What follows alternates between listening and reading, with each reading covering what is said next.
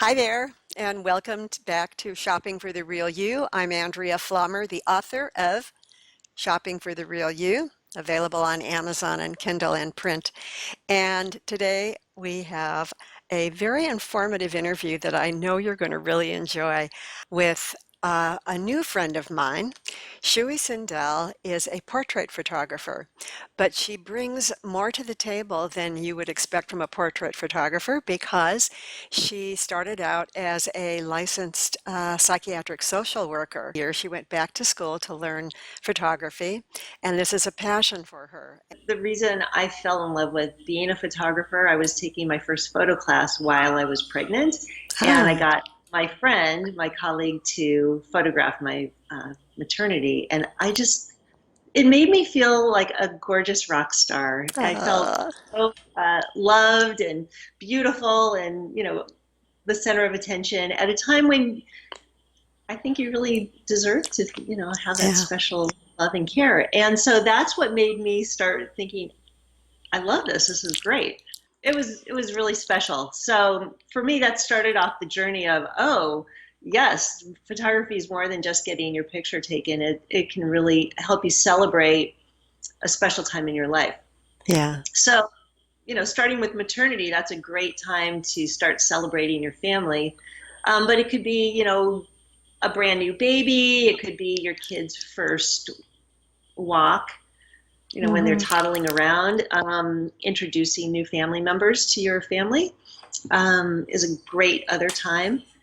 I also photograph a lot of family reunions. So, like Oh, when mom is visiting from out of town, you have a wonderful opportunity to capture the generations at different times of their lives. And those can be really beautiful treasures that you have, not only because the picture might look gorgeous, but it's a time when you could, like for me, taking photos is more than snapping the camera. It's about creating an environment where people enjoy themselves so much that when you look at the picture, you remember how much oh, fun it was, and you have all these positive associations to that moment. So that's wonderful. yeah, it's like a continuous reminder of a great relationship that you have together. That's terrific. One of the things that a lot of people want to know about is what's the best environment to take these pictures? Do you do it outside? Do you do it indoors in a studio? That's a good question. I don't know if there's necessarily a best. They're different. So I have a studio, and I do a lot of studio photography, both for individuals and families. You can see these two pictures were taken in my studio of individual women who just wanted to celebrate, being the rock star middle-aged women that they are. Um, so inside or outside, it just kind of sets a different tone. If you're outside, you part of the beauty of it is you get the environment, and the environment can help set the stage for, I guess, telling the story of who you are. If you just love being out at the park with your family or yourself, and you love the green and natural environment, then being outside can be a real bonus. Also, you can use things in the environment like tables or rocks or trees to help create the look and feel of your day. Huh. So that can be, really beautiful and fun. And it also is kind of a fun place to be. But inside the studio, as a photographer, you get to be very obsessive about the light and Mm. control everything. So in a way, it's a lot easier. Um, but it's also more challenging because you don't have the props of nature helping you out. The photographer has to create the scene and create the mood and create everything around you, so that even on a blank background, you can still feel a sense of environment. So Does that when make sense? Yeah, it makes total sense. So when you're setting up lighting, I mean, the people or the person are sitting there and you're in the studio and you're setting up lights, how do you loosen them up in order to not be intimidated by all this external. I'm sure that models are so used to it, it's just Oh, who they right. are. But for the ordinary person, it can be a little intimidating to be sitting there and realize that you're going to have your picture. How do you loosen people up? Yeah, because even just having a camera stuck in your face can be extremely intimidating. Um, I think for me, being a psychiatric social worker plays well for me because I know how to interact with people. Um, I'll put on their favorite music. Sometimes we'll just sing together. Uh, I tell stupid jokes. We laugh. I ask them about their vacations and their family. So we actually start developing a very quick relationship, even if I'd met them 2 seconds ago. And so I think for me, it's all about creating the comfort level, and that comes through relationship. And I usually end up making friends with most of my clients because not only are you having to develop a relationship, but I'm asking people to show their super vulnerable selves. I'm asking them to display who they are in front of a camera with kind of a that, stranger. that is the key point. So many of the women that I've interviewed, and men too, but Yeah, interestingly, mostly women, just the idea of being on camera and being visible yeah, and being open there. I mean, when you're taking a private photograph, it's a limited number of people that are going to see this, the right. people that you want to see it. When you're recording video that's going to be online, you're really exposing yourself. Well, I'm So a little nervous today myself, so you I. you sure don't look it. But I think that's a big part of it. There's a lot of we have a lot of insecurities.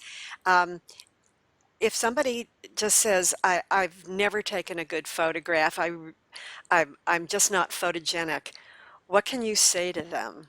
Well, honestly, about 80% of the people will say that I'm not photogenic. And I think, what do I say to that? I don't think everybody is photogenic. And I think part of it is in what's been put in our heads by the media as to what is beautiful.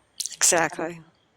Like everybody's photoshopped and contoured and all that. I personally do not believe in that. I'm great at Photoshop, and what I'll do is touch up a little bit of wrinkles or make your skin, if you have boo-boos, make those go away. But I'm all about, and this is part of my process, is when I photograph people to talk to them about self-love and to help them really see how beautiful they are for who they are, not some weirdly idealized version of who they should be. This So is it's, this is what shopping for the real you is all about. yeah, It's just being real. I mean, and I totally 100%, 1000% agree with you. Everybody is beautiful. I mean, it's just with looking at humans must be a wonderful gig for you because you get to see all beautiful people all the time. it's really fun, and I enjoy the process of showing people their pictures because some people will initially poo-poo everything, and Hmm. I'll say, no, let's just stop a minute and let's really see how gorgeous you look here. Exactly. Let's just dive into this picture for a moment. And Yeah. so many people have come back to say, wow, thank you for just laying that groundwork so that I can love this. Yeah. And have you noticed with any of your clients that just having their photograph taken and seeing that has changed their view of themselves? Absolutely. I photographed this one woman. She was 50-ish, and she was just getting divorced and Mm. feeling like, you know, I'm taking my life on a new path, and I want to just celebrate who I am. And she wanted nudes, which I thought was super brave of her. So, and she said, no makeup, just I want to be authentically me. And we took some really beautiful photos. We had a great time together. And when she came back, she brought her boyfriend back with Huh. her to look at the photos. And she cried, and I Oh, cried. And we were all just so moved by the experience. When she came back from the session, he could see that she had a brand new feeling of confidence and wow. joy and acceptance of herself. It was tremendous for me to hear that. I loved it. What a great story. But I guess we need to tell people that they don't need to get nude in order to come and have their portrait taken. No, that's So this is something I've been wondering about because I have family members that are in the entertainment industry, as do you. And what is the difference between what they call a headshot and a personal, this is for professional people because there are a lot of women out there who are just, maybe starting a little business on the side, starting a website, or are putting themselves out there as a coach or a trainer, or many reasons why people would want a picture. But what's the difference between a headshot and a personal branding photograph? so a headshot, which I think every person who's in business, like any kind of professional, needs a headshot, and I'll tell you what that is. A headshot is usually one or a small collection of portraits, which usually are from the chest up. The purpose of that is really to help people connect with you with a very short glance. I think people these days online, your picture gets 4 seconds of eyeball time. So it has to be a dynamic, well-crafted, connective photos so that people will, as they're scrolling through whatever they're scrolling through, will say, boom, I want to meet that person. They look professional. They look smart. They look interesting. They obviously have invested in themselves, and I want to invest in them. So That's terrific. it's a way to connect with people. That's wonderful. Is that different from a personal branding photograph or? Yes, and so headshots can be used on everything: LinkedIn, websites, author books. You can use those for a lot of different things on business cards. Personal branding is more than just one. It's really a collection of photos. Many people will do an annual series so that they're always refreshing. Those are for people who maybe are bloggers and are heavy users of images, like on Instagram, where you're constantly updating and telling things to your audience using images. They can incorporate a lot about your personality. So say you're a mommy blogger, you may want to show your kids. So you at the beach and using sunscreen and eating healthy snacks and having a good day at the beach. So that's telling more about your lifestyle. And it's a way for people to really connect with you and really get to know you, get to know your passions and your lifestyle and what you're all about. Do a branding session with them. I would do a real deep dive into them about what their brand is and what they want to convey and what the words are that they want to associate with themselves, whether it's fun and lively, creative, smart, ridiculous, confused. There's a myriad of words. And then we would talk about where to go that would help them tell the story or stories that they're wanting to convey to their audience. That's So it could be the beach, it could be their office, it could be a boardroom. It just really depends on or their who they are. kitchen, Their kitchen, exactly. right? Yeah. The next one is something that I'm always concerned about because that's what I write about. Uh-huh. How does what you wear uh, play a part? The only thing I would say, I'm going to bring this up right now, is if you're going to have even a family portrait taken, don't wear anything too trendy because I Yeah. think all of us have photographs in our albums or on our phones from the 1980s with the shoulder pads and the hair. So my only recommendation would be to consider something that expresses you in your color or your style, but keep it simple. Yeah, I agree with you. It should not. Well, first of all, the clothing should, in my opinion, highlight you, not be a. It shouldn't be a photograph about your clothes. It should be about you, Mhm. right? And the clothing, I think, should,